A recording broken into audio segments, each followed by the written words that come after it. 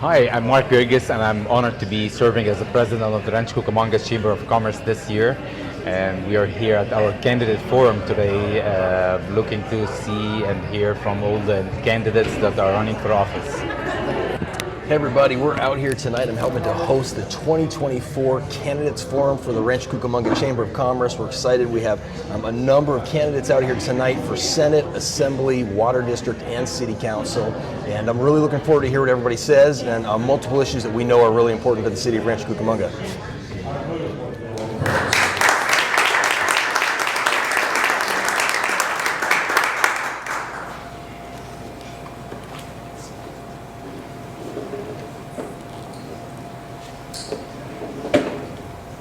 Armando, are we just sharing one microphone here? Okay, so we'll ask them to just pass that back and forth. So I will start with an opening question. I will start with Ms. Reyes, who's closest to me. And here's the opening question. And for every panel, just so you know, we'll start with a very similar question. Will you please share with our Rancho Cucamonga residents and business people, why are you running? And what would be your goals if elected? Thank you, sir. Thank you so much, Greg.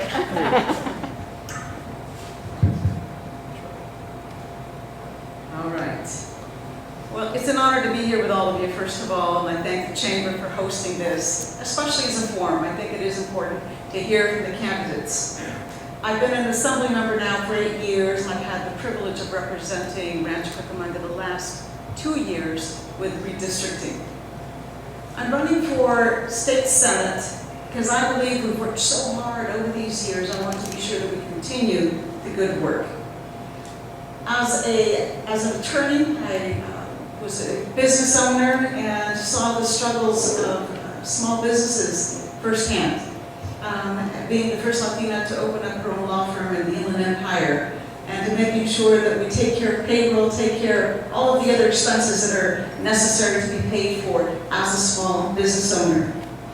I also made it my mission to ensure that our local businesses have the resources and support they need to succeed. Since being elected, we have introduced and passed over 60 pieces of legislation. Many of these having to do with our small business development, economic opportunity, and community growth. Also during COVID, we were successful in securing millions in COVID-19 relief grants to restructuring state programs that help businesses access government contracts, and my record speaks for itself. I've always been a strong voice for working families, local businesses, and those striving to achieve the American dream. But my work extends beyond legislation.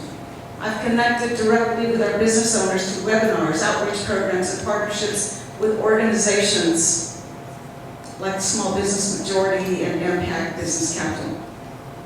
These have been all essential tools, and I'm looking forward to running for Senate and representing this community once again in the State Senate, so that together we can continue building a prosperous, equitable future for all. Thank you.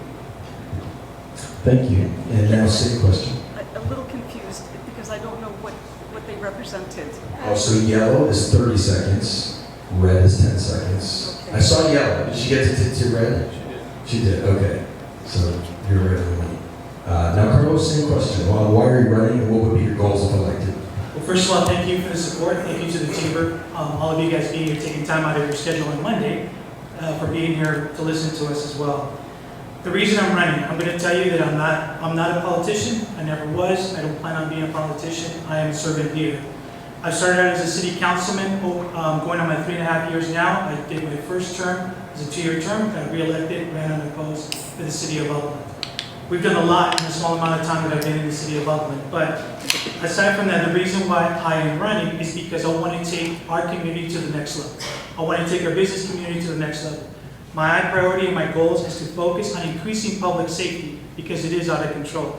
It's also advocating for our veterans who serve our country, who sacrifice so much for us to be able to have this freedom even to be sit here because of their hard work. I also want to make sure that we protect our wallets and tax dollars by making sure that there is government accountability. There is no accountability on a lot of programs, and there's a lot of wasteful spending that we need to take a look at and do something about it. And lastly, support our business community, but more importantly, help our workforce to develop skills, to develop jobs, especially for our veterans who are getting out of the service as well, to be able to grow and help our community thrive. Thank you. Great, thank you both.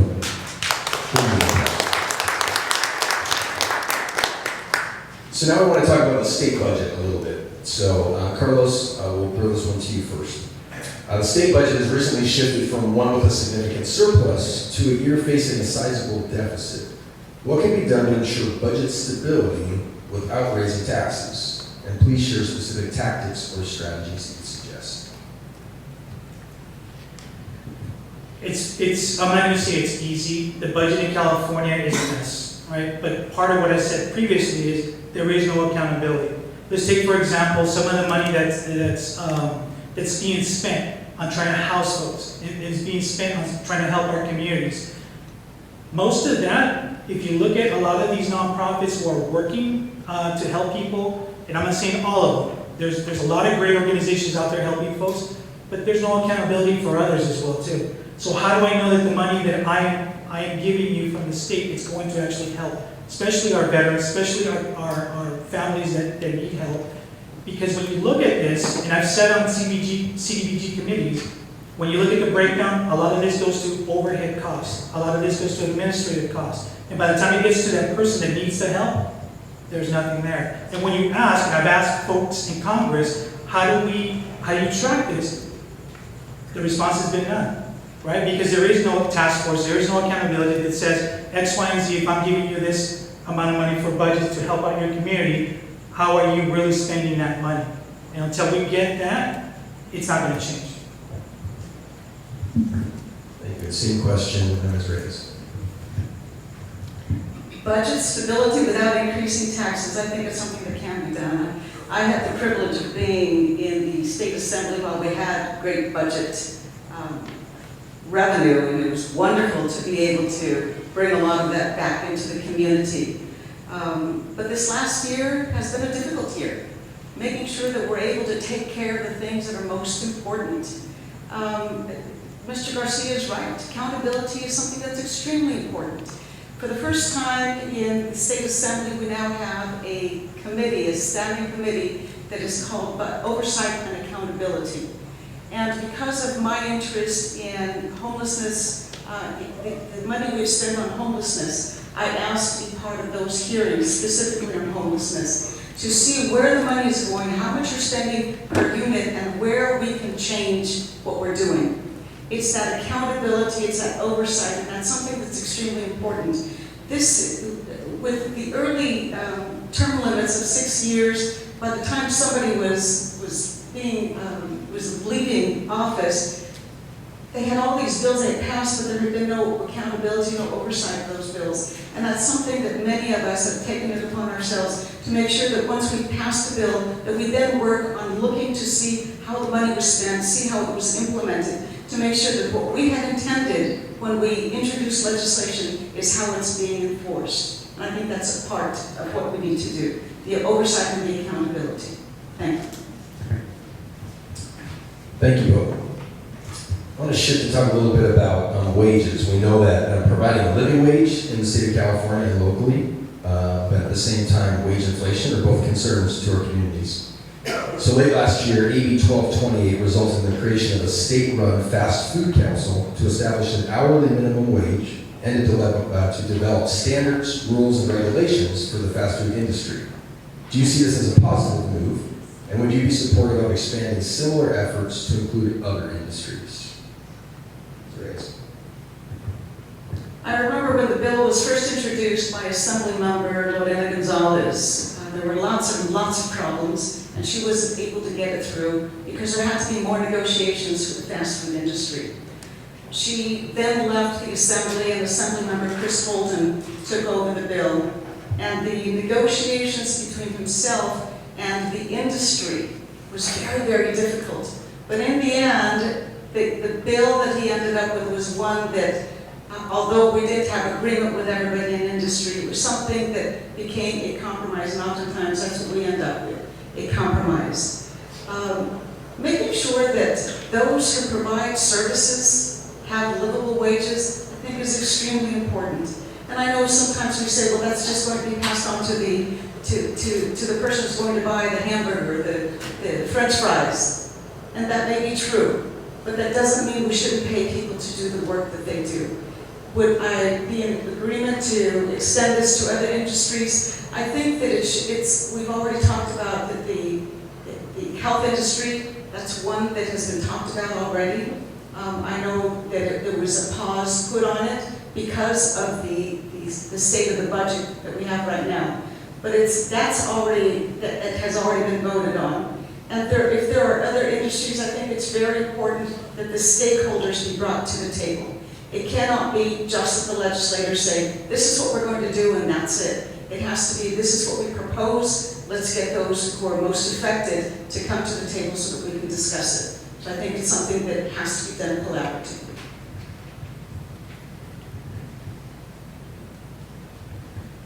So for me, it's very hard to say that this is the right thing to do. It is the right thing to do for people that are working, but it wasn't set up that people have to stop there. I think what we're missing here is that there is, like as a kid, I worked part-time, I did what I needed to do, but we're not thinking also the business owner now has to pay an additional money to their hourly. It's not in California.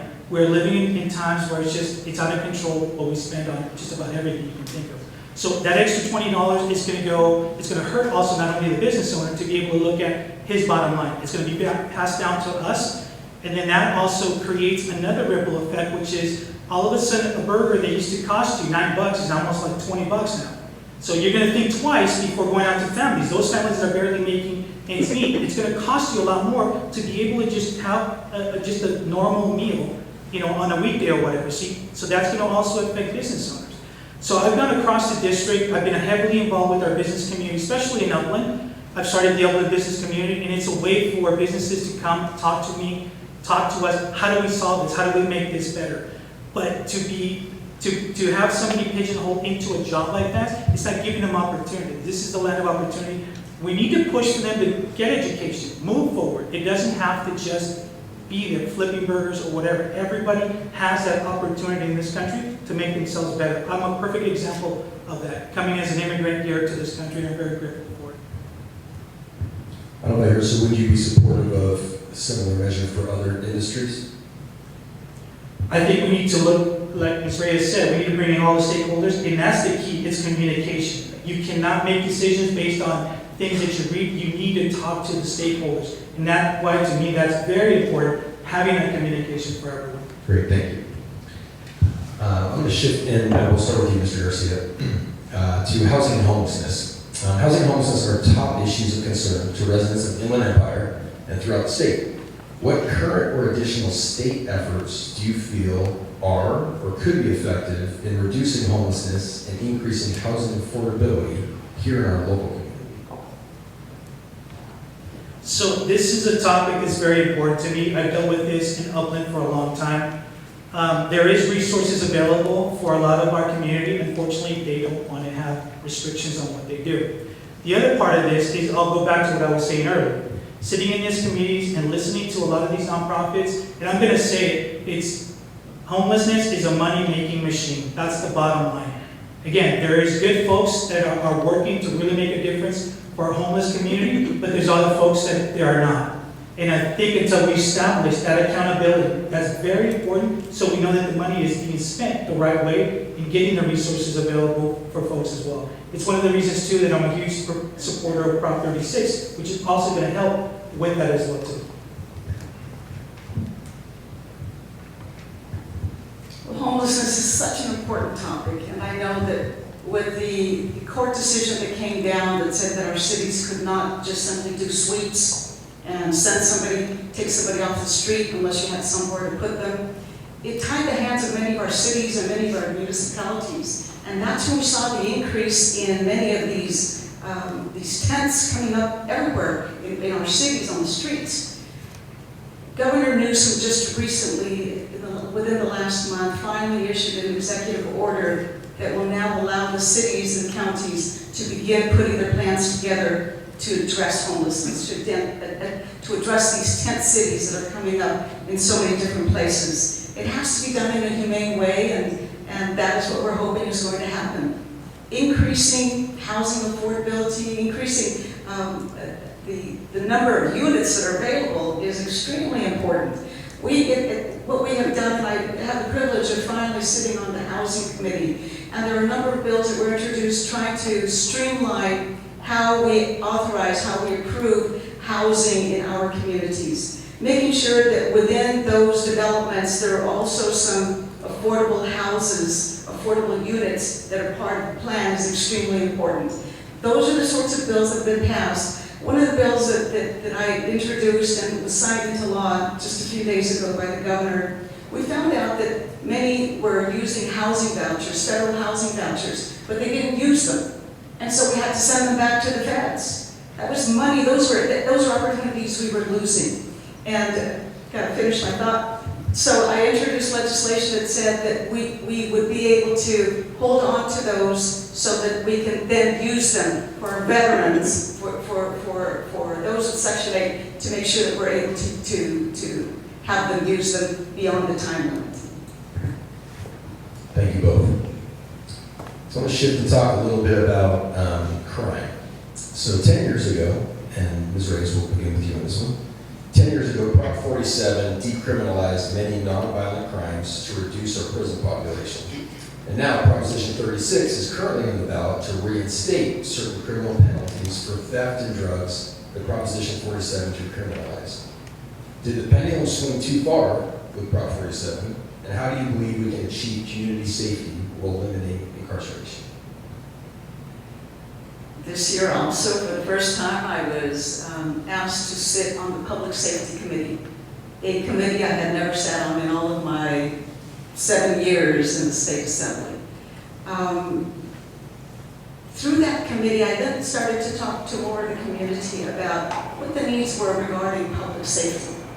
And the community, there were two things that they said needed to be addressed. Retail theft, especially the smash and grabs that we were seeing so much of, and fentanyl, specifically fentanyl drug overdoses and how it was affecting our community.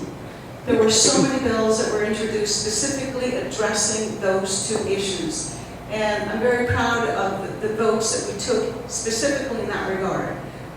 We had a select committee hearing where we invited from Los Angeles, the Sheriff's Department, the Police Department, and they talked, and business owners as well, who talked about how this had affected them. We also then asked for data. What was the difference in crime rate as a result of Prop 47? Had crime rate increased? And the areas where it had increased was in retail theft, and the newest drug was the fentanyl since Prop 47. It wasn't something we were addressing at that time when Prop 47 had been passed. And the number of bills that were passed specifically in that regard, for me, for fentanyl, one of the things that the doctors were saying is that we needed to be able to treat people who came into the emergency room without having to get prior authorization from insurance companies. We introduced that legislation. Dr. Borger here from Aragon Regional Medical Center was one of our speakers, one of our witnesses who provided testimony. That was just recently signed the last few days by the governor. These are important things to make sure that we address it, whether it's through a new proposition or through legislation that we have introduced and had signed. Do you mind repeating the question? Absolutely. Yeah, I realize there's a little bit to this one. So 10 years ago, Prop 47 decriminalized many nonviolent crimes to reduce our prison population in part. Now, Proposition 36 is currently on the ballot to reinstate certain criminal penalties for theft and drugs that Proposition 47 had originally decriminalized. Did the pendulum swing too far with Prop 47? And how do you believe we can achieve community safety while eliminating incarceration? I was brought up that if you do the crime, you do the time. A lot of us grew up with our parents being very strict, that there was punishment consequences for everything you did. Times are the same thing now. Why are we not doing that to criminals who will get caught? We just get a slap on the wrist. It's not. The other thing is, in order to have a safe community, you need to have law and order. Without law and order, nothing exists, right? Safer communities equals safer businesses. You're able to walk into a store without having to look over your shoulder, having your family there, and all of a sudden a group of people come in and smash and grab, and you're out. And most of the time, some people get hurt, sometimes sometimes they don't. But the reality of it is Prop 36 is going to change some of this. I think that, for me, I've been running as a public safety candidate, and what does that mean? That means that I've been endorsed by every police chief in San Bernardino County and Sheriff Dicus, including Sheriff Bianco. I've been endorsed by PORAC, I've been endorsed by SEBA, and it's why? Because I'm actually stepping up to do what's right, to change the laws that are currently in place that are really hurting our communities. I will also tell you that it's also easy to look at reports versus I do ride-alongs with our police department. I've been involved in the police academy for residents. And until people get involved and get to know what our police officers face every single day, it's never going to change. And we need to change this law in order for us to live in safer, thriving communities.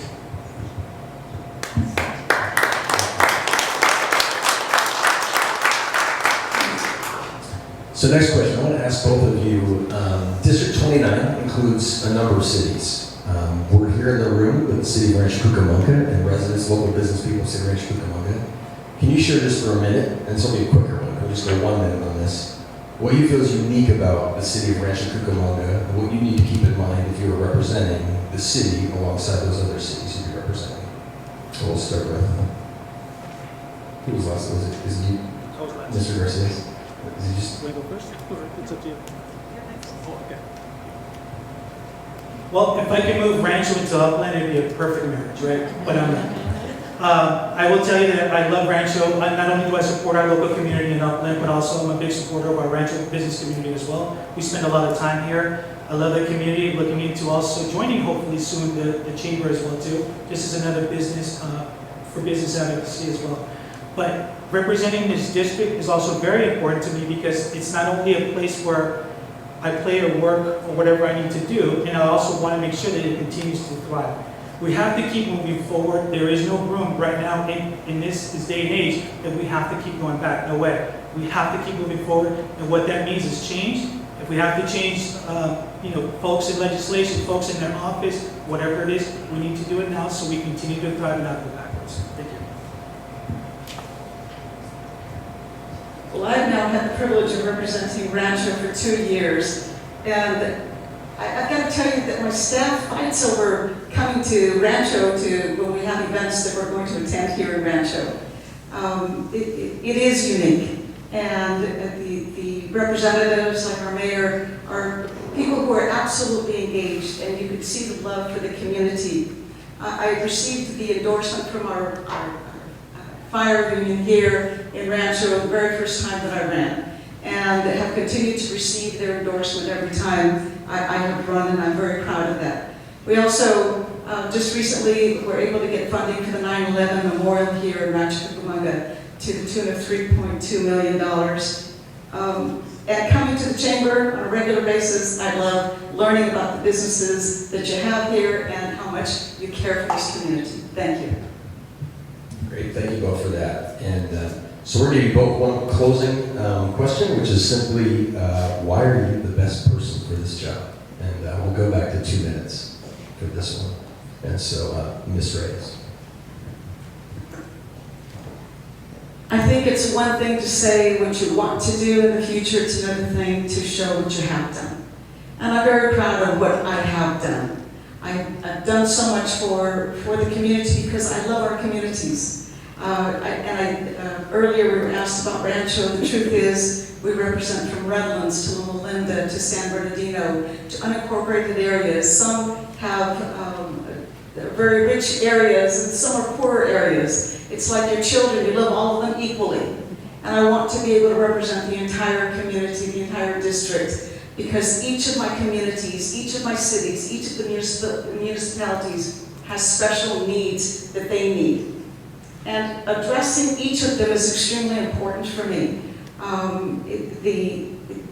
Working in Sacramento and developing all of these relationships, whether it's with our governor, whether it's with the speaker, whether it's with the president pro tem, That has been important to me. Making sure that when I ask them when I ask for something for my community, they know what I think of my community and how much I will fight for my community. And it's much easier to get a vote from someone who you work with than to try to have bad relationships with them all year long and then come up to them and say, I've got this really important bill, can you vote for it? In the end, we want to make sure that our items are included in the budget, and that's going to take everybody's vote. It's going to be important that our bills are voted on by our colleagues. That's important. That can only happen if you have really solid legislation and if they trust what it is you're trying to do. And for that reason, I feel that I am the best candidate for Senate District 29.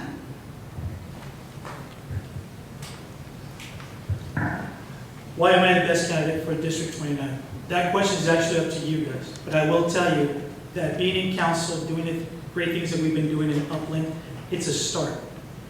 I'm out. I never set out to do politics. I'm not set out to be a career politician. I'm going to tell you that right now. I'm here to protect. I'm here to serve our community, and that's what's very important to me. I think that we have lost that. We have lost the ability to communicate with one another. For me, it's representing everyone. It's not about red. It's not about blue. It's not what you know. To me, we're all in this together as one. What affects you, affects me, affects all of us. I'll go back to saying public safety is a very high priority in all of our communities, no matter where you go.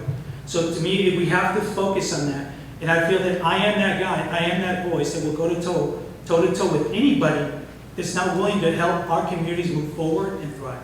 Thank you. Can we give a round of applause?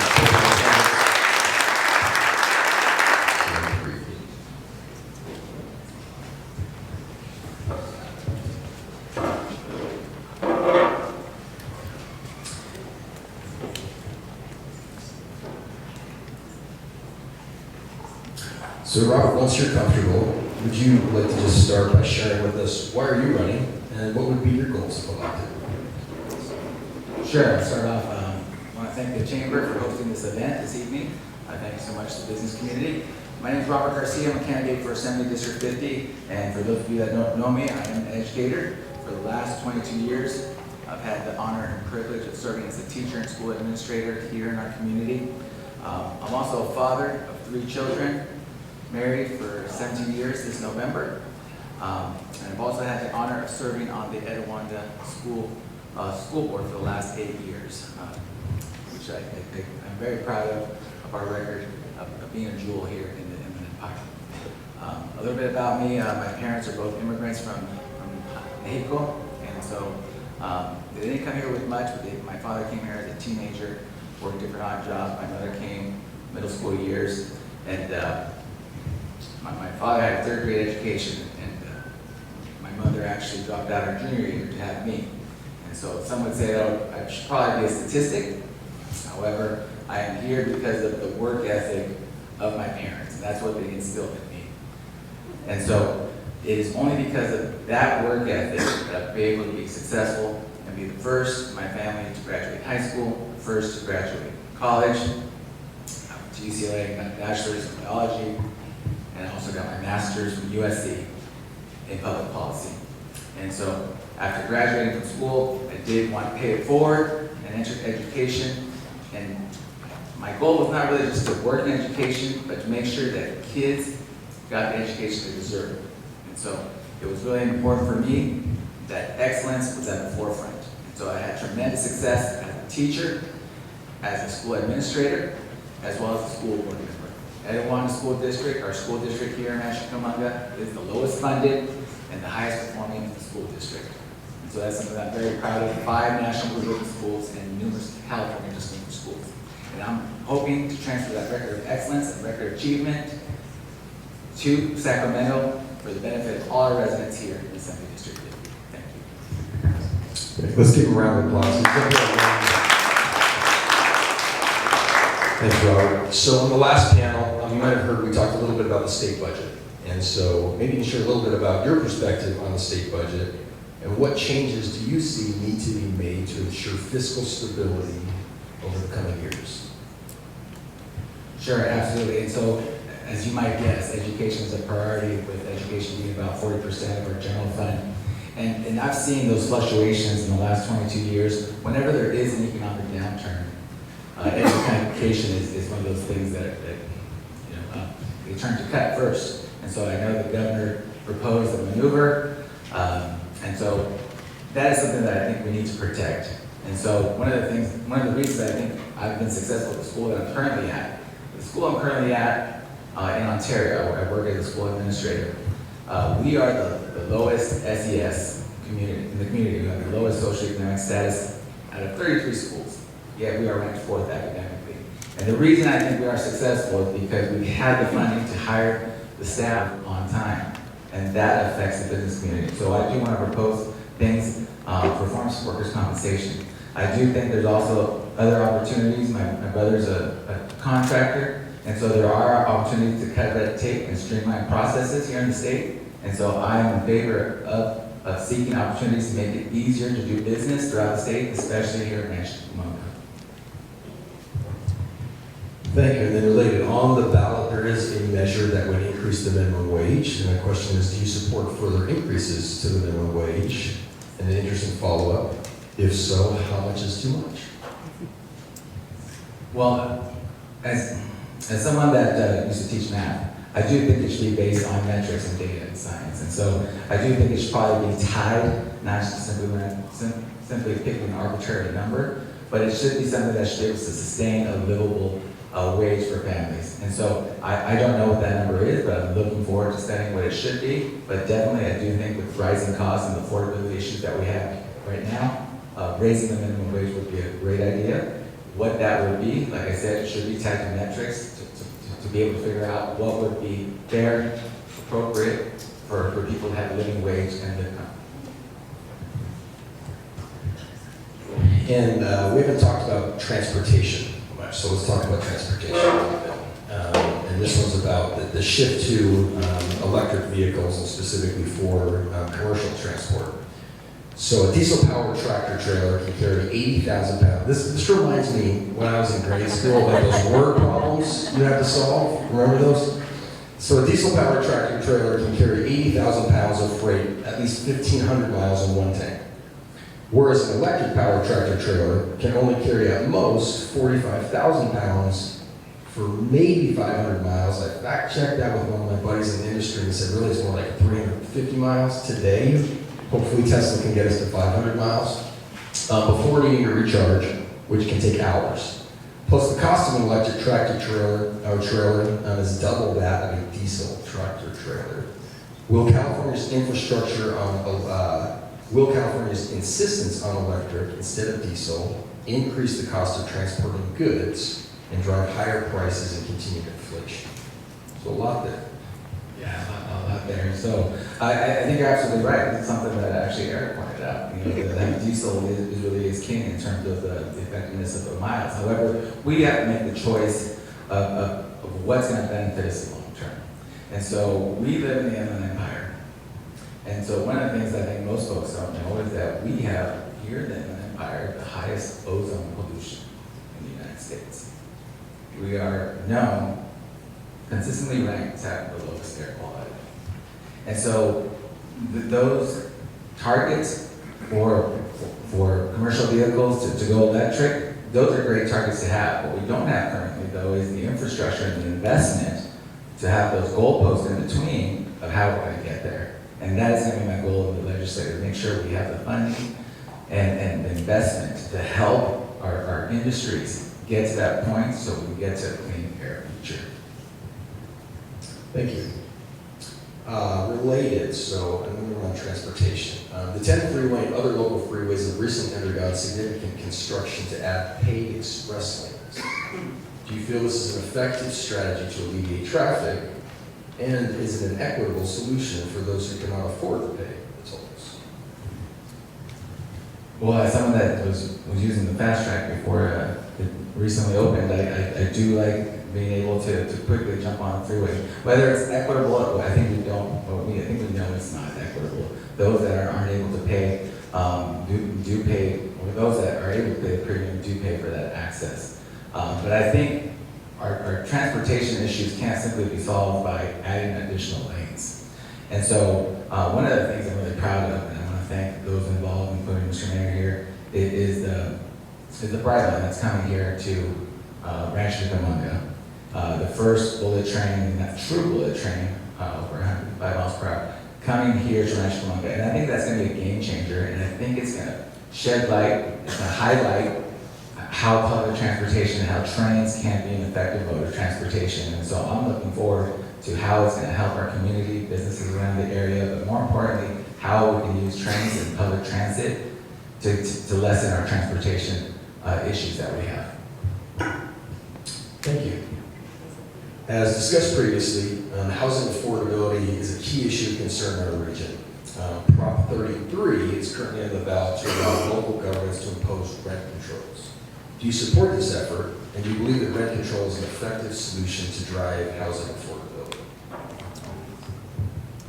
So rent controls, I do think help, but I do think they're more of a temporary solution to the problem we have at hand. And I think that the long-term problem is, as some member raised, talked about, is the housing shortage. We just don't have enough units needed. And so kind of the way that typically works is developers build housing, but it's really for upper income, and then we're really dependent on those upper income individuals to buy those homes to release the supply, the down supply for other people to get into homes. And so we've got to look for different avenues to increase home construction. And so that is something that is a priority for the governor, as well as our speaker, Speaker Rivas, as well for Assemblymember Reyes, and I'm looking forward to tackling that issue, increasing housing construction so we don't have to talk about instituting rent controls, making it affordable for everybody to get into a home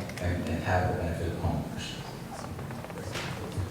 And you've rocked through a bunch of questions very quickly. There's a lot of content there. I want to give you the chance just to give some closing remarks and address anything that we didn't talk about tonight that you'd like everyone to hear. Absolutely. So,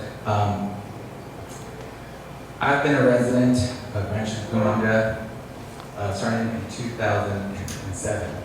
And so I lived briefly in Montana, but then moved back to Rancho Cucamonga. And this is my home.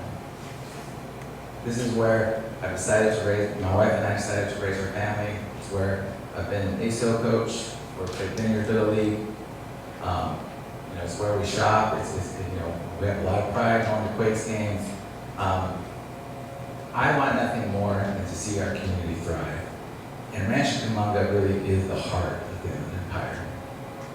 And so, as your assembly member, as your future assembly member, if I have your help and support, I'm looking forward to putting our area on the map. And so, it is a priority of mine because many people don't know that the Inland Empire is the second largest metropolitan area in California. It's not the Bay Area, it's LA, and then it's the Inland Empire. And yet we don't get the resources, we don't get the attention, but that's really where we stand. We have the people, we just don't have the jobs, we don't have the industry, but it's coming, and we're gonna work towards it. And so I appreciate everybody coming here today, and I appreciate your support, and I appreciate your vote this November 5th. Thank you so much. Give everyone a round of applause.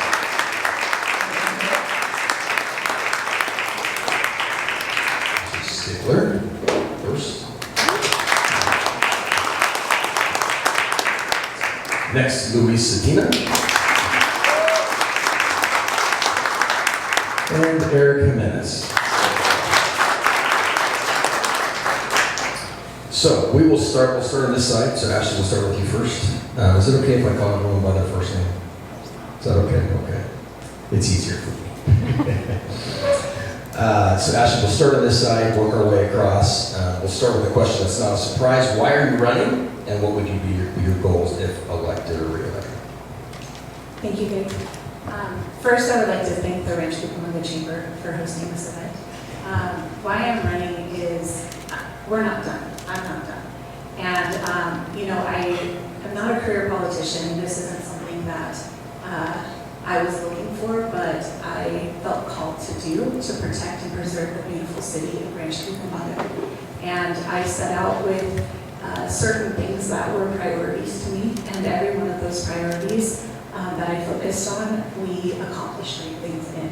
And so for me, I want to continue this race and continue the journey of serving our wonderful city of Rancho Cucamonga. Thank you very much, and thank you to the Chamber for hosting this event. I'm a longtime resident, husband, father of 6. I love this city, and that's the reason why I came to this city, to raise my family like many people.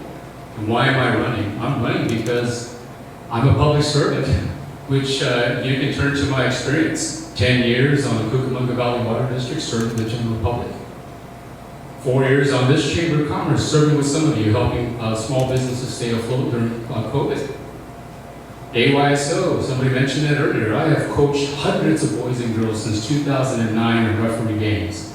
I'm refereeing a game this Saturday at Red Hill. Active in my church and just part of the community. I have my finger on the pulse. I'm running because obviously I think there needs to be a different perspective. There needs to be some discussion about some expenditures. The situation in our state is going to get difficult, much more than it is now. And when the state's economy suffers, municipalities follow. And we're going to have to make some difficult decisions, and I made those decisions with some of you when I was on the chamber. I'm running because I believe I have the most experience, relevant experience, demonstrated commitment, and I have a vision for our community. To continue this community to be the place for people to come, open a business, raise a family, and feel safe. That's why I'm running. And Eric. Good evening, everybody. Thank you to the Chamber of Commerce. I know people have said it, but I can't say enough. Thank you, guys. My name is Eric Jimenez. I am a lifelong resident of the city of Rancho Cucamonga. My family moved here in 1989 when I was in elementary school. I'm a product of our community, all the way from elementary school through Chaffey College. I attended all the local schools. After that, I went to Berlin's and I got my degree in business management, followed by a master's on organizational leadership. But besides that, along the way, I was delivering packages with FedEx guy. I got to meet a lot of business owners as a delivery driver when I was doing that. And as my friend Robert Garcia alluded to, eventually that led into opening my own business in the last mile delivery service. I am what some people might call a success story from Rancho Cucamonga. I went from just being a kid playing in the orange groves all the way to owning my own business like a lot of you guys do. So I know the challenges that we have as business owners. I know what it takes to start up a business from a mere dream and getting to be a over $1 million industry business. So, but I also know what it is to have to make payroll every week or every 2 weeks. I know what it is to negotiate a red tape when you want to expand. I also, besides being a business owner, I am a family man. My daughter's right in the back recording me, so hopefully I don't disappoint her. But I've also been civilly engaged in the city for over a decade. When I was a young man, 20-something, I decided to run for city council back in 2010. That's how long I've been active in the community. I am dedicated to this community because this is where I live. When it was time for me and Juana, my spouse, to buy a house, Rancho Cucamonga was the #1 choice, and we were lucky enough to purchase a home back in 2011. And unfortunately, I know that dream of owning a home in Rancho Cucamonga is not affordable for a lot of young families like mine. So that's what I'm running for, so the young families and the businesses in the community can have a shot of the Cucamonga dream. Thank you. Thank you all. This one we'll start with Luis. Rancho Cucamonga has been experiencing for some time solid growth. How do you plan to manage this continued growth while maintaining the quality of life for residents? Thank you for the question. One of the key things that municipalities must do in terms of competing with the state regulations that are being imposed is to advocate collectively. Raise your voice collectively in opposition to some of the bills like SB 9 and SB 10. A lot of folks will tell you, I'm an engineer. I know the unit costs. When you build up more than 2 stories, you have additional costs, which brings up the cost of rental, which requires, young people can't live in these units by themselves. And they can't live in these units and having just 1.6, 1.7 parking spots per unit. Look at the example on the corner of Hermosa and Foothill, the RT project. If we're going to find compromise within this community, we have to advocate on its behalf, and we have to bring others along with us. We have to advocate as a region, not just an individual city. I have advocated on large scale for major projects for the metropolitan water district. That's what I do for a living. I've advocated in Washington, D.C., and I've advocated in Sacramento. If we're going to build, we have to build smart, and we have to keep pace with the infrastructure that we have now. Infrastructure is extremely expensive to build. I know. I've been doing it for Metropolitan, and I've advocated policies on Cucamonga, which is a fine agency here. Is a perfect example of low rates, high quality water supply, and reliable water. In fact, we put in a backup system along the foothills to protect us against fires. That wasn't cheap, but we did it with your hard-earned tax dollars and your rate dollars to protect you. Thank you. Thank you. And same question, Eric. So, as some of the statewide candidates alluded to, we have a shortage of homes, of just housing units, and that's what's driving up the cost. I read a story in the paper a couple of weeks ago which said that in order for the U.S. as a country to fulfill the housing shortage, we would have to build 50 million homes, the 50 million homes that we would have to build in the next 5 years. That's a lot of construction. So how's that going to, does that relate to the local level? So our share of housing, of homes that we have to build here in Rancho Cucamonga, how are we going to do that without keeping this encroachment on the foothills? Every time we have a fire season, I always look up to the foothills and thinking, when are we next? I was here back in 2003, I believe 2006, when we had that fire that spread to the foothills. So keep building in the foothills and keep encroaching on the national forest is not an option. So what do we have left as a community? And we have to get serious about it. We have to find places to build. A lot of us will probably oppose apartments, to be honest. We will probably don't want multi-unit homes. But we also have a lot of infill that we have to do. If you still live in the city, you still have some lots that if you do it right, if you do it to a medium scale, not so much a large scale like a large apartment complex, and not so much single homes, but maybe mid-sized developments, we can alleviate some of the problems we have, because at the end, supply and demand. If we don't have enough homes up there, we're not, the home affordability is not going to be there. I mean, a lot of the realtors here, I know they're struggling. I know you guys don't have inventory to sell. I know that you guys are looking into selling and you just don't have it, because for someone like me who bought their home back in 2011 and has a great 1.9 interest on their home, a mortgage, we're not going to leave. We're not going to move. Why would we move when the interest is 7%? So we have to get real and find real solutions to the problem, and basically it's building, but building smart. Thank you, Eric. And Ashley. Growth is essential for the future of our city, but growth is also where it makes sense. So making sure that we are placing projects where they complement their existing surroundings, and keeping the character and the integrity of the neighborhoods in which they're being developed in. The state also places many restrictions on the city when we consider proposals for developments, but my job is to advocate for current residents and making sure that we are implementing the least amount of impact on our residents, which is why we have, as a council, addressed the traffic management system and continue to make advances in that to helping alleviate the impacts that it has in the communities as well. So again, growth is essential, but making sure that we are putting projects for them. Thank you all. And this one, we'll start with Eric.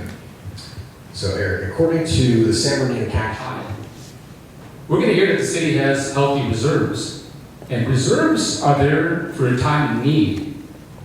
As your councilman, what I want to do to protect the business interests of the city and the residents, I want an immediate bungalow satellite station north of the 210 freeway. The fire department uses the argument, and it's rightfully so, that we build fire stations throughout the city to improve response times. The same applies with police stations. Many people will tell you that there have been home invasion robberies north of the 210 freeway. Now is the time to use the reserves. Reserves are there in emergencies. And if you don't use them, the state of California's situation is getting worse. There's something called a Little Hoover Commission, and they're going to come for that money. You got to set it aside. Crime rates have been going up. And unfortunately, some have been saying that they haven't. They have. I'll put one more point that I want to make. It's critically important. When I was a young man, I used to be a security guard. I didn't carry a firearm, but what I did carry was a presence. Visibility is a deterrent to crime. I fully support law enforcement and fire. I have a son who's going in that trajectory right now. But I want more patrols. I want more patrols. I went shopping in the city of Glendora, and I went shopping just yesterday in Upland. You know what I saw in the parking lot? I saw a police officer sitting in his car in front of the poles in Glendora and in front of the North Shore Drive. That's visibility. Visibility is a deterrent to crime. That's what I want. Thank you. And this next question, we'll start with Ashley once again. Would you support an increase in the city's sales tax, and why or why not? In the city sales tax, I do believe that we are doing the TOT tax, which I fully support. Can you clarify for those who aren't familiar with the TOT tax, what that is?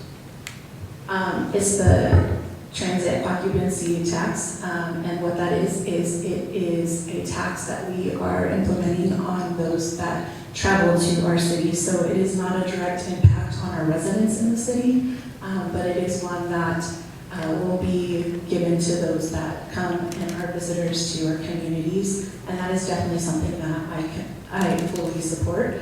I think that it's extremely necessary, especially as we grow and develop, that will be a resource that will be able to come back into our city and give our residents a return on that as well. Luis? Do I support the TOT tax? TOT tax or any other Yeah. local taxes? I served on this Chamber of Commerce, and the utmost responsibility of this chamber is to look out for the best interests of the businesses. Right now, the hotel rates in Rancho Cucamonga are higher than the hotel rates in Ontario and Fontana. So when you pass the TOT tax, if you pass this, that hotel rate's even going to be more expensive. We are in a soft economy, my dear friends, a soft economy. What is the first thing to go out the window in a soft economy? Travel and leisure. We have a $329 million annual budget expenditure, and we're going to raise $1 million. Those of you who are watching this at home, $1 million. Do your math. $1 million in comparison to $329. I can't do that to an industry that only has 5 hotels in town. I want to make sure that we meet the expenditures of the city, but there are moments and times to do it.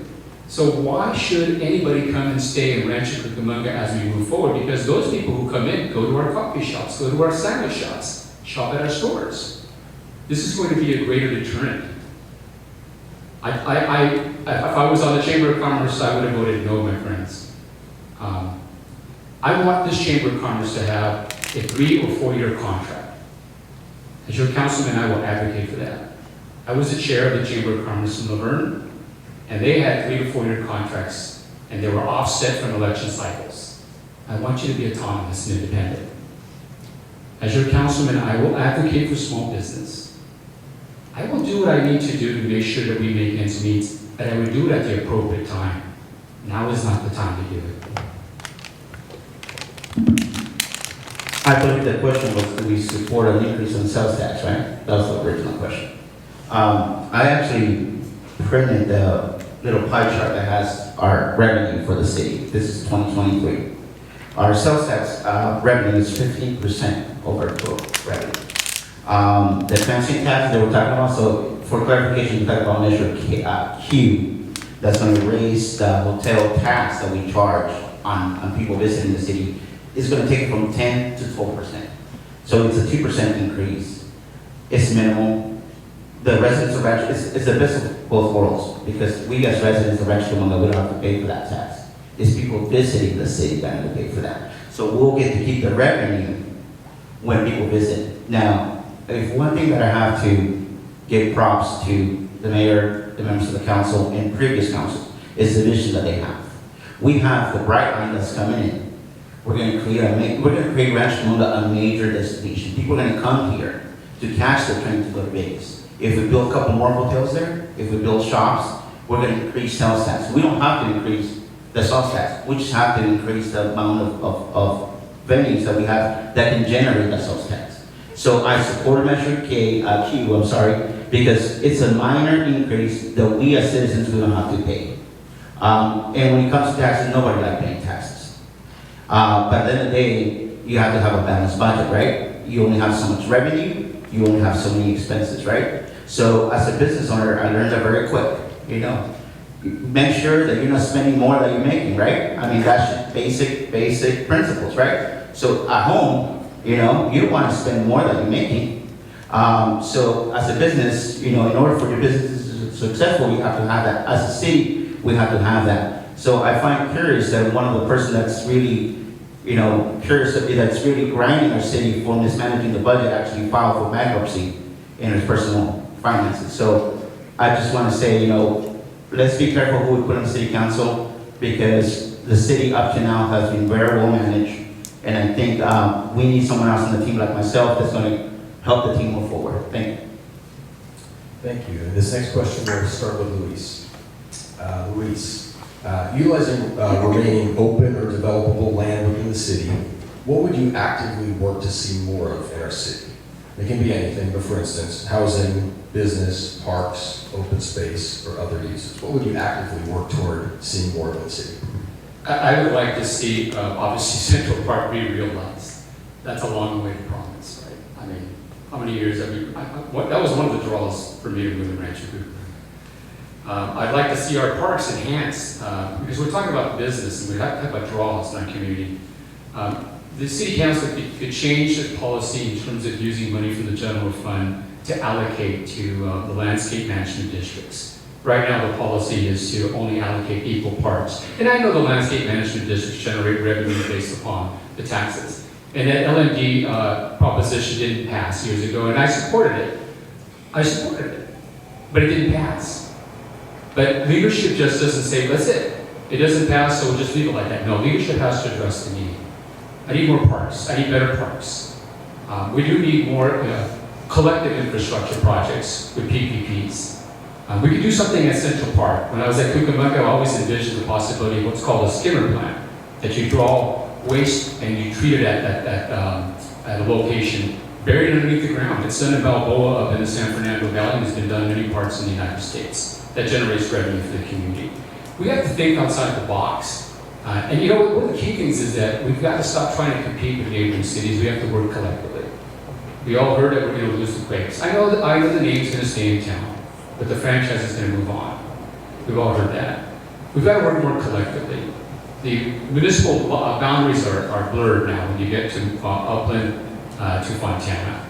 And so we've got to look at this from a collective perspective. We need more housing. There's no question about it. We need more housing, but we need more housing with sufficient parking. And we need housing in appropriate locations. And you know, we've got to stop this negative connotation of urban sprawl. There's plenty of water in the state of California, and we just have to bring it down here to meet the needs of our people. Thank you. Thank you, Luis. And Eric. So last weekend I was over at Rancho Park, and a gentleman walked up and said, "You ran for city council?" I said, "Yes." And you know what his demand was? More pickleball courts in the city. I think we have great amenities. We recently built one in Rancho Park, but apparently it's not enough, Mayor. So I just think we need to go back to the residents and ask them really what they need. I see some of the parks that are full capacity. I mean, we have 2-3 soccer games going on. We have baseball, we have pickleball, we have people, you know, throwing birthday parties. But then you go to other parks and they're empty at the same time of the day. So we got to make sure that we're going to the community and seeing what we need, and that we work with the leagues, with the youth leagues, and send them to the parks that are empty. But you know, it's not said that, you know, I agree with Mr. Sapina, and I think everybody else here, we need to finish Central Park. One of the things that I promise you, as your council member, I have great relationships with people at the state level and the federal level. I'm the only candidate up here that's been endorsed by Congressman Aguilar, Eloise Gomez-Reyes, and Robert Garcia, who's going to be our future assembly member. And what I'm going with that, it's a lot of those projects are only possible if you bring the federal money, the state money, and the local money. We don't have the money at the local level to finish Central Park. The only way we're ever going to get Central Park built is if we get some grants from the state, from the federal level. That's how big projects get done. That's how the dog park does. Some people love the dog park, some people hate it.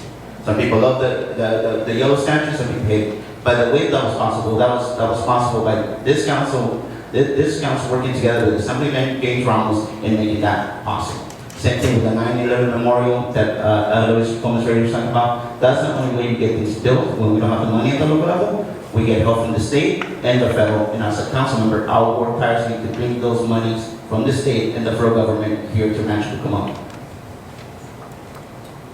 Thank you, Eric. And same question to Ashley. I think development is extremely important, and I think doing projects that have an economic return to it with retail spaces, things like that for small businesses, that's a revenue generated for our cities, and it's also places for our businesses to be able to establish themselves within the cities and the community that they live in. So I like seeing projects that are housing projects, yes, but also having retail spaces within them, so that we are generating revenue coming back into our city. I think that's extremely important when we are doing projects in our city. Thank you.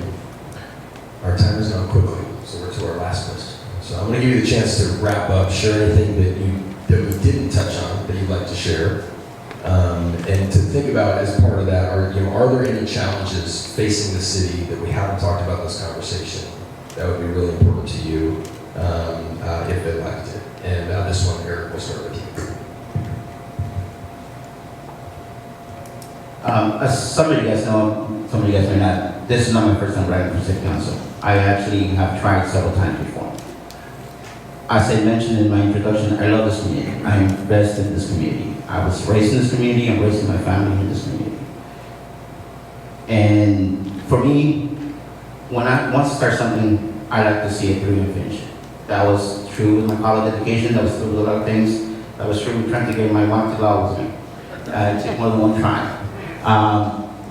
But we need people on the city council that are going to be serious about it. We need people that are actually going to be honest with the constituents and tell them what we need and how we're going to get it done. And people who are actually serious about the challenges that we face.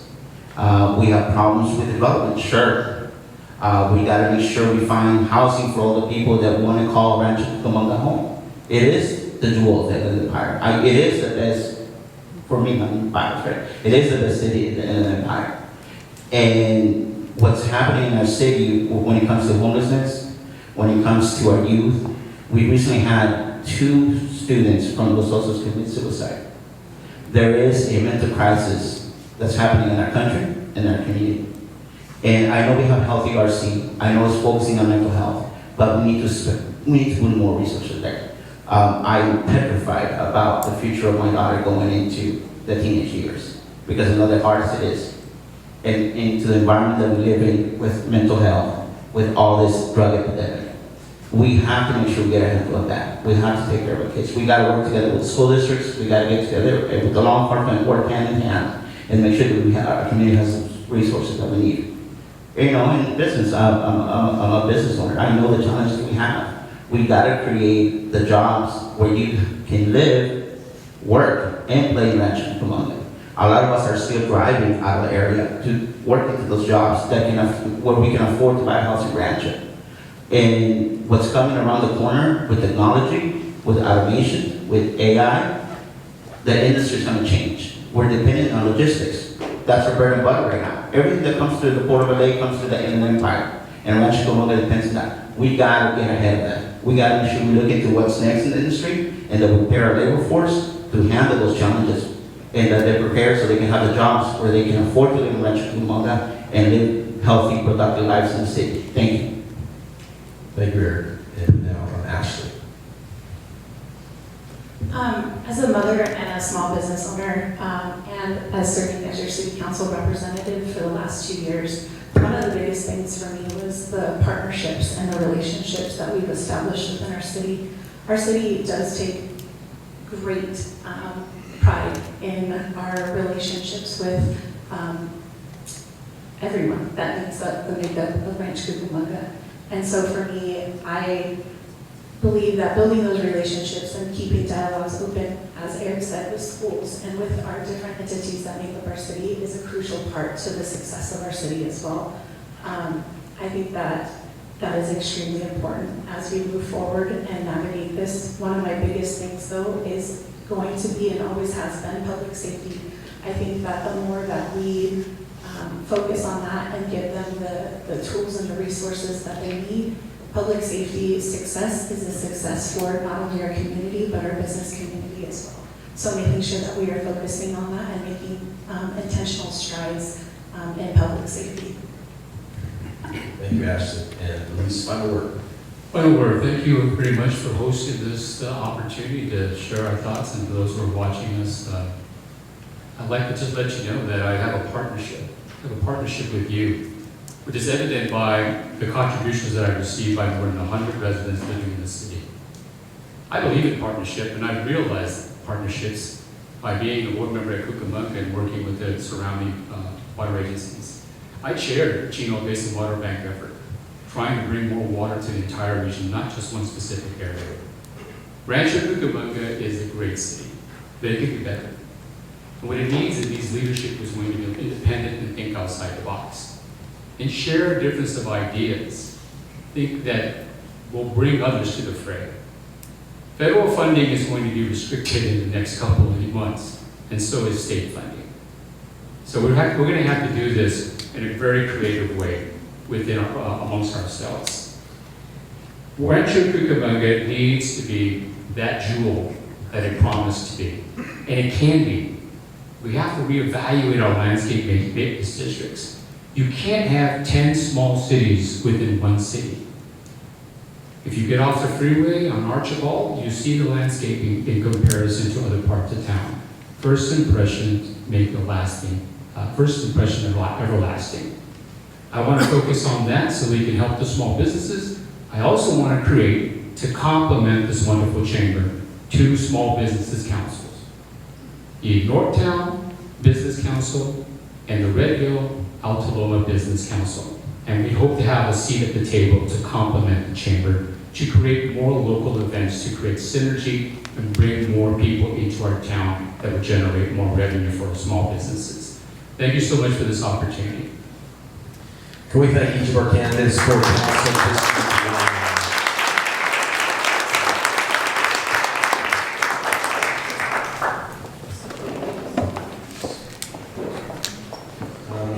Really? Thank you, Greg. I appreciate that. And again, like all of the other candidates, thank you to the Chamber for hosting this great event that we have tonight. And the reason I'm running, 2 simple reasons: experience and leadership.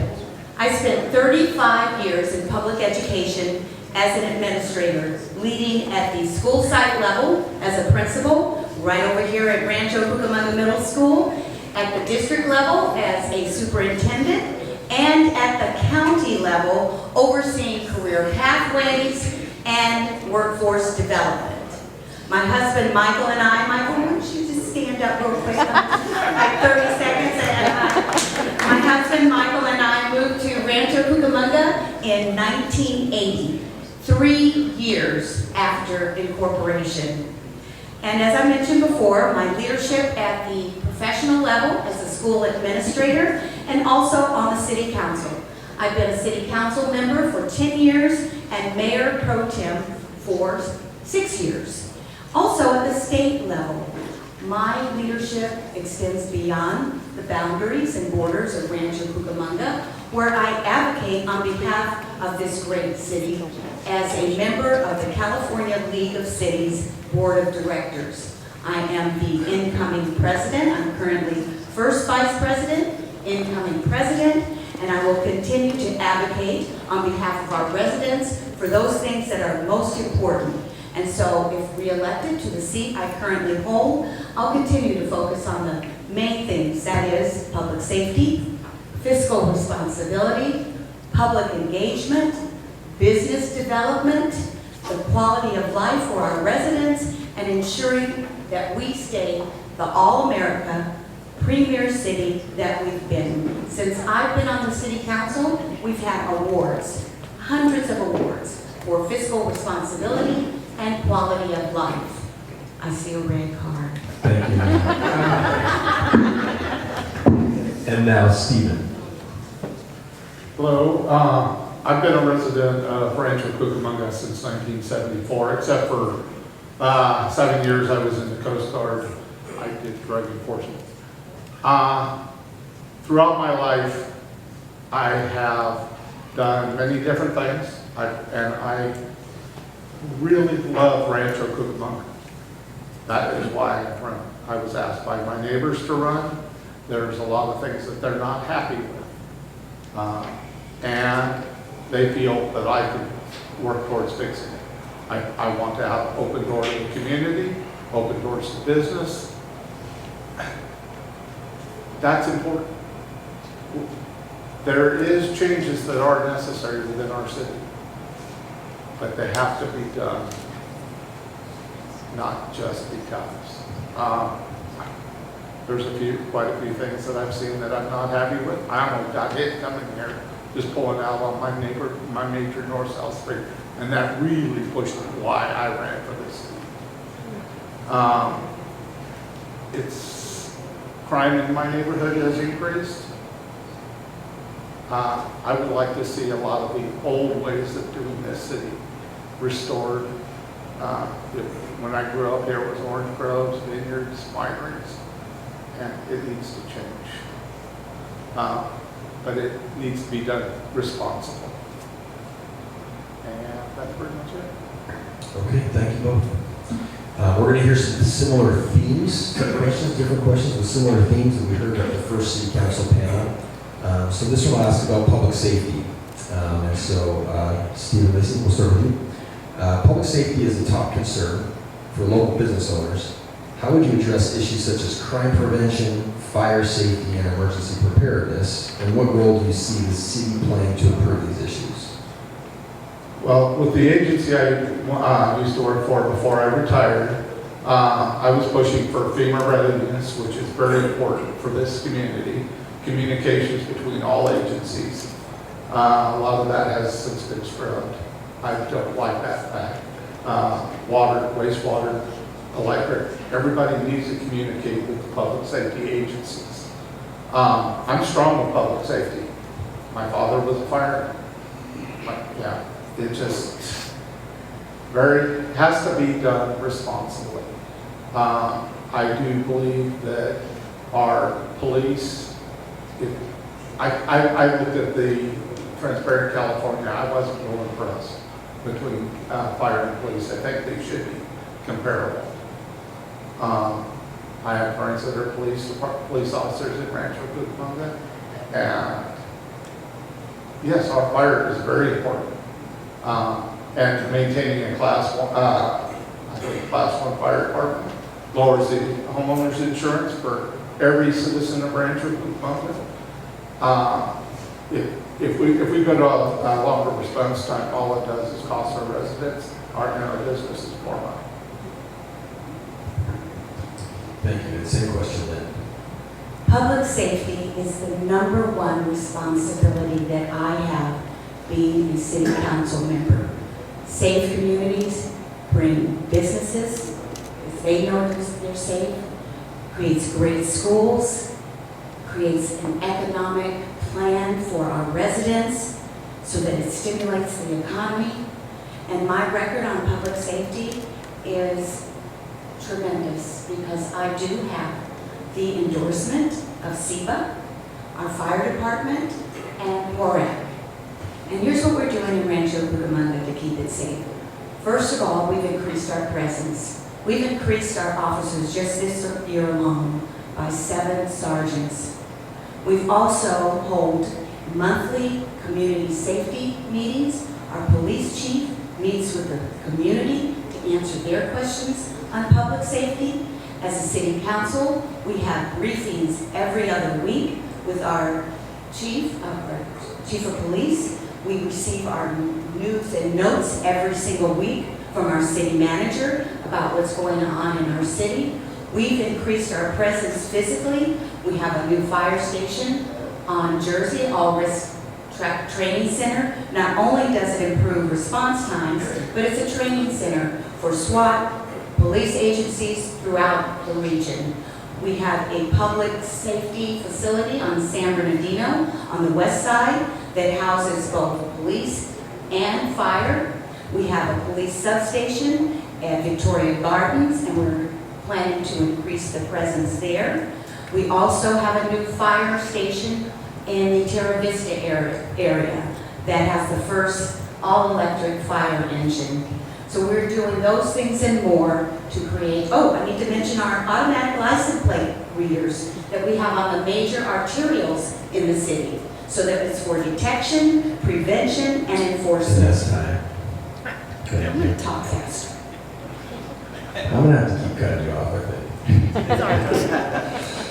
And next question, this one will start, I apologize, who did we start with last time? No, Steve, so Lynn, this will start with you this time. We're gonna talk a little bit about housing again. So how can the city continue to increase our supply of quality housing without allowing the city to become overbuilt? And what are your thoughts on housing density in Rancho Cucamonga? First of all, we recently updated our general plan. It's called Plan RC. And Plan RC is based on 5 big ideas. I had to write them down so I didn't forget. People first, provide connectivity and access, create destinations, establish Rancho Cucamonga as the cultural and economic hub of the Inland Empire, and address environmental justice. And I think the housing comes under housing and environmental justice, making sure that we have adequate housing for every level of resident, whether it's our seniors, our millennials, our young families, our workforce. We need to make sure there's adequate housing. We work very closely with the Building Industry Association as well as our trade industry to make sure that we are helping address any barriers that may exist to building new construction. But of course there's the cost of construction, the cost of personnel that was mentioned earlier, the cost of land, and people tend to forget about the banking industry and their role in ensuring that people have access to housing. How can we help those first-time homeowners get into a home without being strapped with large down payments? So we're doing everything we can to work with our partners to ensure that we have the adequate housing for every single resident now and in the future that they can afford to live in our great city. Thank you, Lynn. Now, Stephen, same question. Yes. One of my biggest concerns lately has been some of the housing projects. 127 units on 1.8 acres. To me, that causes problems. You've got, and the people that are building those projects are not living in our communities. It just, we've got to make smarter housing decisions as far as, when I moved here, you weren't allowed to have a lot of less than 7,000 square foot for a single family home. Now they, in that same amount of space, they'll have 15, 20 residents. That, and then in my neighborhood alone, that's caused about a 45% increase in crime, traffic, and then the streets have now been narrowed to allow for parking for those houses, because it wasn't part of the planning for that facility. That was not responsible. Yeah, that street that used to be 2 lanes north, 2 lanes south is now about 60 miles an hour trying to pull out onto. There's several of these projects. I didn't know you could have parking on Foothill Boulevard for residents. They've done that. It doesn't blend with the community. Yes, we do need more houses. We need affordable housing. There's several facilities that were supposed to be affordable housing. I couldn't afford them, and I was a public employee for 30 years. So I don't know how they'd be affordable to anyone. We've got to figure out a way to make affordable housing. And I don't know everything about it, but I would like to figure it out with input from the community, input from business, but it needs to be done. Thank you. And this next question, Stephen, this will be you again. There are plans for a high-speed rail project from Las Vegas through the high desert and into Rancho Cucamonga. potentially a tunnel from Ontario Airport as well. Do you foresee any negative effects with these projects? And if so, how would you work to address them? I think it's a good idea. I'm a little worried with the seismic and all that, but we've got to do something for public transportation. My son, it takes him 2 hours to get to Chapin College from Foothill and Haven area, just because the buses never fall on time. So, are we going to have on any kind of real schedule for a major transportation system? When I was growing up in this area, public transportation through Rancho Cucamonga was way more reliable. It is currently nowhere near as reliable as it used to be. Thank you. Lynn. Rancho Cucamonga, the city, has a nickname. It's called the City with a Plan. And when we started looking into Bright Line West, we were planning, we were envisioning. This is not something that just happened and we decided, oh, what a good idea. No, we have a plan, and we made sure that we're going to have the infrastructure surrounding the Bright Line West to mitigate any traffic problems that might exist. We have created something called the Heart District. And that's a little play on words, because what it's going to be is the center, the heart of our transportation district. And what that stands for is Haven, Arrow, Rochester Transportation Area.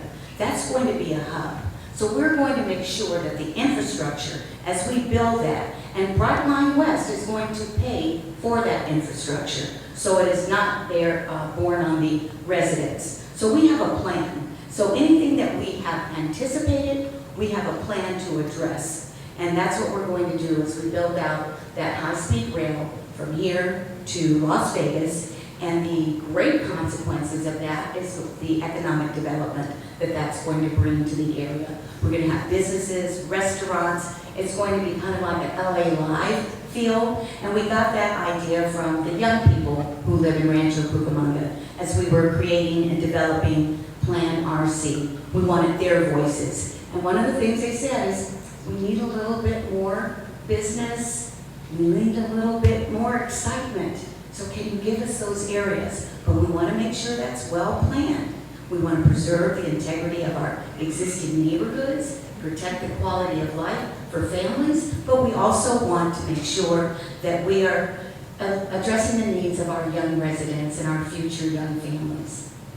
I see you. Hold on to the microphone. Hold on. Okay, so the next question is about our police force. The question is, do you foresee the city creating its own police force or continuing to contract with San Bernardino County Sheriff's Office? We will continue to be a contract city. It is the most economically viable solution.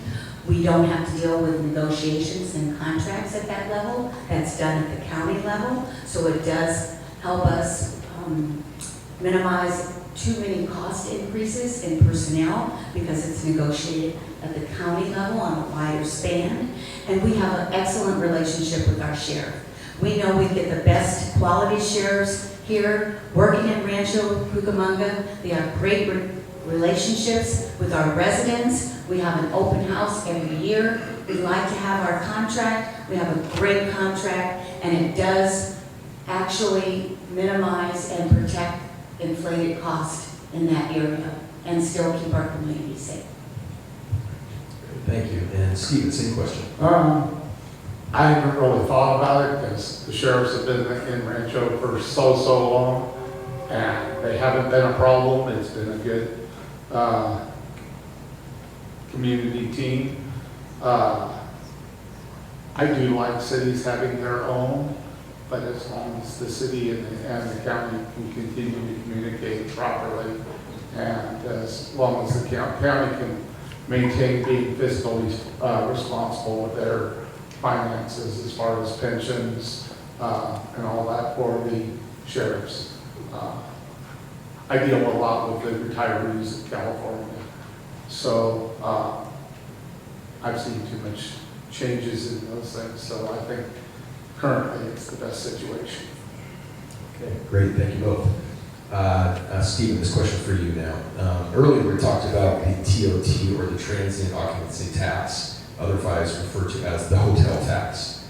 The question is, do you support this? And do you anticipate any other tax increases? Or do you support any other tax increases? I personally oppose any new taxes like that because I actually went by 3 hotels in Rancho Cucamonga, and they have very low amount of occupants because they're already higher cost than our surrounding cities. The managers of those 3 hotels stated that they weren't occupied very much, and it's not a 2% tax increase, it's a 20%. 2% on top of 10%. And arrow keep going through, so we're doing that. We have a video public service and public safety video network that also monitors in real time, and we're requiring developers to invest in our infrastructure so that it does not become too much of a burden. So making sure we navigate that responsibly, that's our biggest challenge right now, and making sure that we have a strong revenue stream to support any additional resources. Great. Stephen, 3 greatest challenges of concern. Well, housing in Rancho Cucamonga is huge because I know we're required by the state to be able to absorb the increasing population. Like I said, it needs to be done responsibly, not impacting the neighbors directly adjacent with the increased traffic. We need our total infrastructure needs updated in certain areas. Certain areas are still working with 50-year-old pipelines. They just recently redid some of the streets up in northwestern Alta Loma. And what I saw really disappointed me because it's going to be a 10-year repayment project. The streets are going to be gone in about 5. I think we've got to figure out our contracts for doing the work for the city. When you lay 2 inches blacktop on dirt, it is not going to last. These things need to really be done in a proper manner. I know it's a little bit and stuff like that, but it has to be done right. The traffic through the city, it used to take a couple of minutes to go from one end of the city to the other.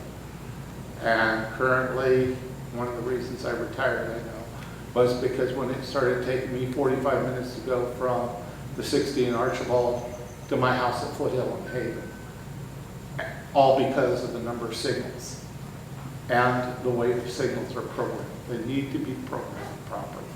They're nowhere near it because you pull up to a light, 2 turn signals are supposed to go opposite directions. They don't. They stop traffic and keep you hanging for about 5 minutes. There's just a lot of different things. Thank you. And Stephen, hold on to the mic. Okay. Final arguments. So tell us, why are you best for this job? Why are you the best person for the job? Well, my whole life I've worked pretty much doing anything and everything. I've done law enforcement, I've done fisheries, I've done search and rescue, I've done water, wastewater. I'm familiar with so many different areas. And I also have worked with the unions. Not that I always agree with what a union says, but I believe that there can be great collective bargaining. I believe in promotion from within. I believe we need to keep our good employees of the city. It is necessary to retrain employees to know our city is. It's just a waste of a resource. And I just love this city, and I've raised my family here, and important, I have my wife to here from Florida, so. But yeah, I know a lot of people here, and I really think that can be a great resource. and open communicator to our businesses and residences of Rancho Cucamonga. Thank you very much. Thank you, Stephen. And Lynn. As I mentioned earlier, leadership, experience, and I'm going to add one more, and that's my track record. My track record in my career as an administrator, my track record on the city council, being on city council for 10 years. During that time, didn't get to say it before, but the hundreds of awards that we've received, quality of life, fiscal responsibility, and being chosen as the best place to live and raise a family, one of the top safest cities in the region and the state, and my favorite, All-America City. We were the only All-America City chosen west of Texas in 2020. And that happens because of the great staff we have here. It happens because of our city council, the relationship we have with one another, the visioning that we do, the engagement that we have with our residents. Community engagement was one of the biggest point raisers on our All-America City application. And so I will continue to make sure this is a safe city, make sure it's a great place to raise a family, make sure we have great schools, and make sure that our business community is taken care of. We have an economic development strategy which ensures that we're going to have a strong economy now and into the future. So that makes me the best, the strongest, and the most qualified candidate to hold and be re-elected as your city council member. Thank you. Can we thank both of our candidates, Lynn Kennedy and Stephen Mason. Cucamonga Water District, and yes, as has been just stated, I up for re-election and I'm on vote. So I am, appointed in lieu. I think that's the term. And the reason I would like to stay on the board is it's been a huge opportunity for me over the last 5 years. I've been on the board to learn about water and to develop a lot of relationships. A lot of you in this room I've developed some great relationships with over the last 5 years. And I just feel like I'm just now getting the hang of this, and there's a lot of opportunity. When I got on the board, my whole thing was I wanted to be your voice. And within my first 5 months on the board, I had already identified projects where we were able to save $300,000 in one shot, just because I asked a couple questions that no other board member had asked about something that had been dealt with for at least a year before I got on the board. So, you know, we have a lot of opportunities to keep a great infrastructure that we have, and there's a lot of opportunities to work with the state and other agencies, districts, and water purveyors in this area. You'd be amazed with all the different acronyms and different people that have to be worked with just in this valley to maintain the quality and the reliability of our water. And Sacramento is another huge opportunity. If you look up conservation as a California way of life, you see what's coming down the road, especially in the next 5 to 6 years, where they are going to be limiting the amount of water, not only indoor and outdoor. So, you know, those are relationships we have to build in the regional and state level in order to give ourselves the best voice to counter some of the stuff that's coming out of Sacramento. We have a great, awesome district. It is some of the lowest rates in the area, and I just wanted to get right parted like Lynn did. So thank you very much, and I look forward to doing another 4 years of great representation. Thank you, Kevin. You can do it. Great. So now, can we welcome Mark?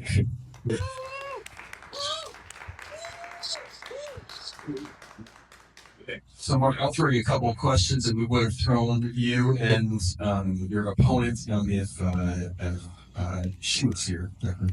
But let's start with, can you just show why are you running and what would be your goals if you're elected? I'm running because the water service is one of the most important functions of municipal government. We're a special district, and our primary responsibility is delivering that water. We also handle sewage collection, but primarily water. It's important. There's a number of competing challenges to that are coming, that are on the future, and I see my qualifications and experience as the best person to serve, continuing to serve on the board to address those challenges. I've been on the board now for 5 years. I've actually served on, besides in the boardroom, served on committees such as the Finance Committee, Water Resources Committee, uh, Risk Management, and these are for a real water agency that has real clients. And the challenges that we're facing in the future, they're both short-term and long-term. And with my background, both in having worked for a police agency that I was in charge of the day-to-day operation of, and seeing that the budget was met and that the work got done, and also from my formal education and training, which I had a Bachelor of Science in Laws, Juris Doctorate, a Master's degree in Management with an emphasis on futures forecasting. And that's something that's actually lend itself as I'm getting into the board, some of the board activities now. That was something like I felt like I was actually made for this assignment. So that's why I think I'm the best candidate. That's why I'm running. Great, thank you. So, what are your plans to ensure a sustainable water supply that will meet the growing needs of our community? One of our most serious challenges is the water source that we get from the state water project. Almost every water agency in Southern California is dependent on the state to some degree or another, some a greater percentage than others. We have a pretty good mix of water sources, but we still rely on the state. And the state has new regulations coming into effect that the state from me, from the legislative analyst's office, the state legislative analyst's office, that says these regulations are going to cause you to pay more for your water and you're going to get a lot less because of these administrative policies of putting in place to require water agencies to do, and the restrictions that they're going to place on the amount of water that you can use. And it's going to get tighter and tighter year after year. That's one of our biggest challenges right now. We have a constant chore maintaining our water basins, our underground water basins, to make sure that they are healthy, replenishing those. I'm in favor of doing more to replenish and keeping those basins healthy so that we have a good source of water here locally. That's a follow-up question. Earlier, you heard somebody say there's plenty of water, we just need to get it to our community. That's what I believe I heard. Is that accurate? That has been in the past, particularly for the state water project. The signal, the indication they're sending now is, no, you're not going to get the water. They're not going to send it. So it's not a matter of just getting here, although that's a challenge. One of the trivia questions I like to ask people or to let people know about is getting water here. The single greatest use of electricity in California is moving water. And that last move over the foothills and mountains to get it here into the Southern California basin is one of the biggest ones. The State Water Project is the #1 electric consumer, and all of the other water agencies contribute to that also. I believe our current bill for electricity is like about $1 million a year. It's tremendous. So it is a chore.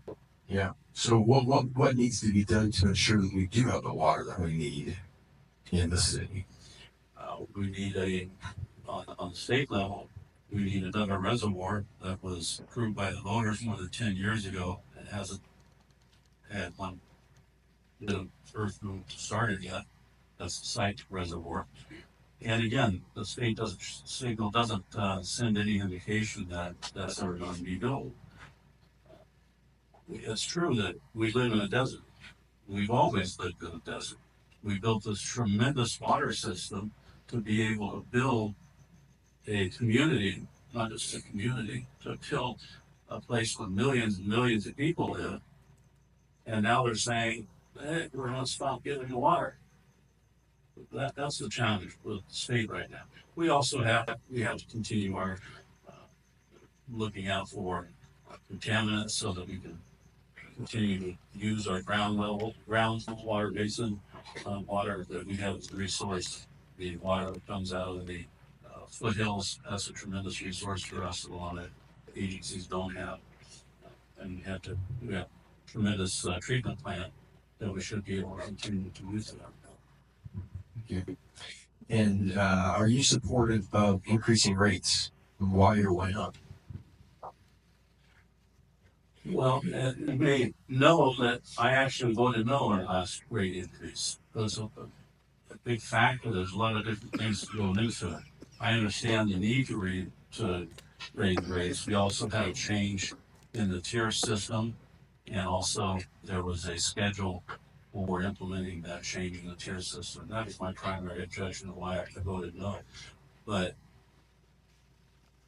in fact, my opponent, her literature says she's opposed to all rate increases.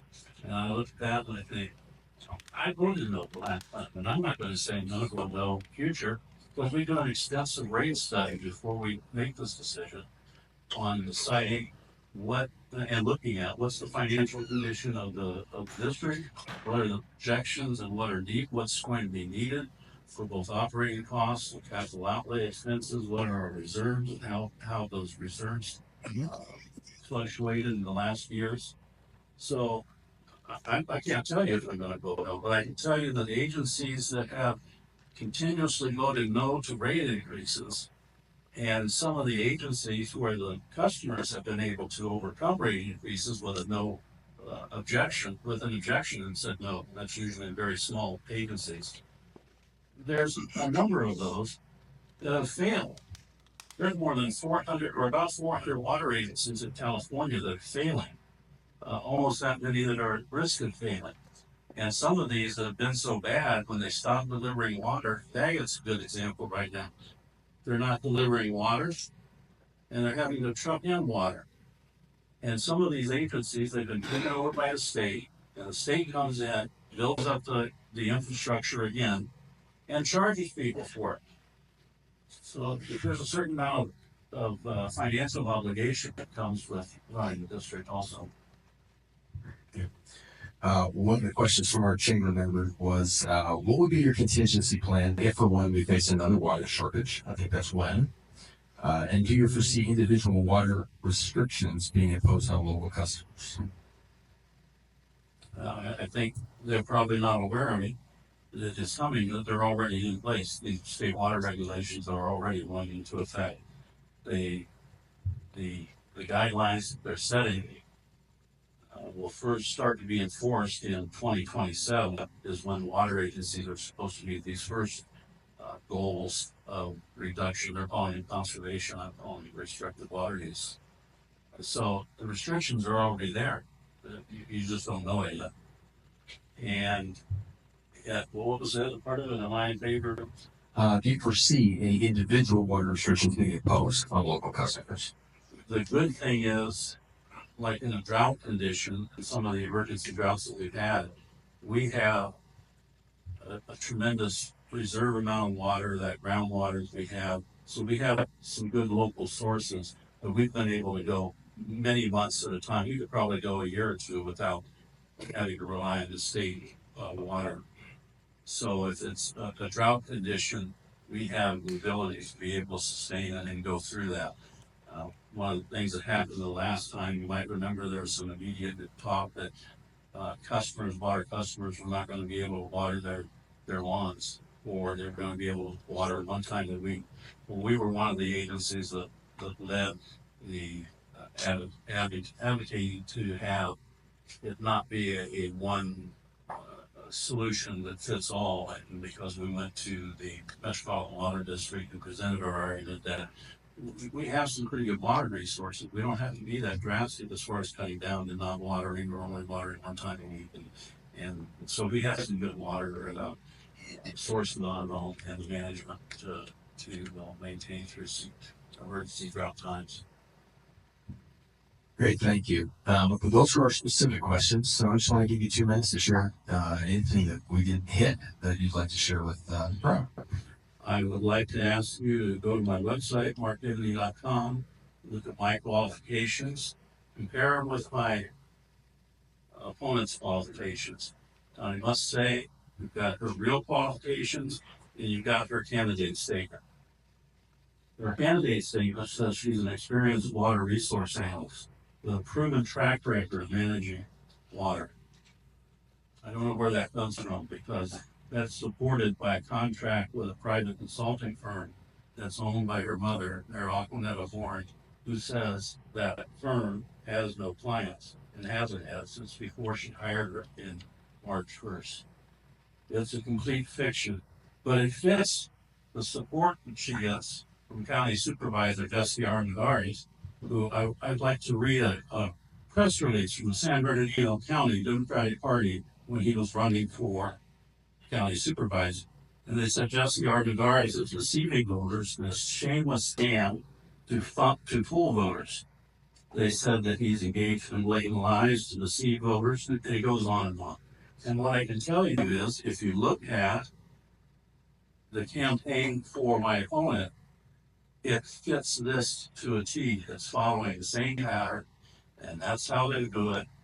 And I'm up against a machine, and this is the machine of committing a shameless scam on the voters.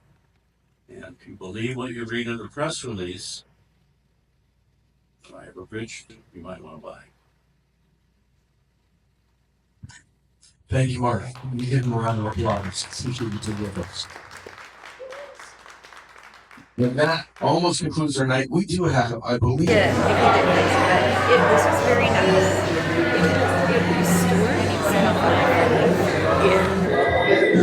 We want to thank all of our candidates for making Rancho Cucamonga just so amazing and taking the time out of their busy schedules to make sure that we knew exactly where they stand.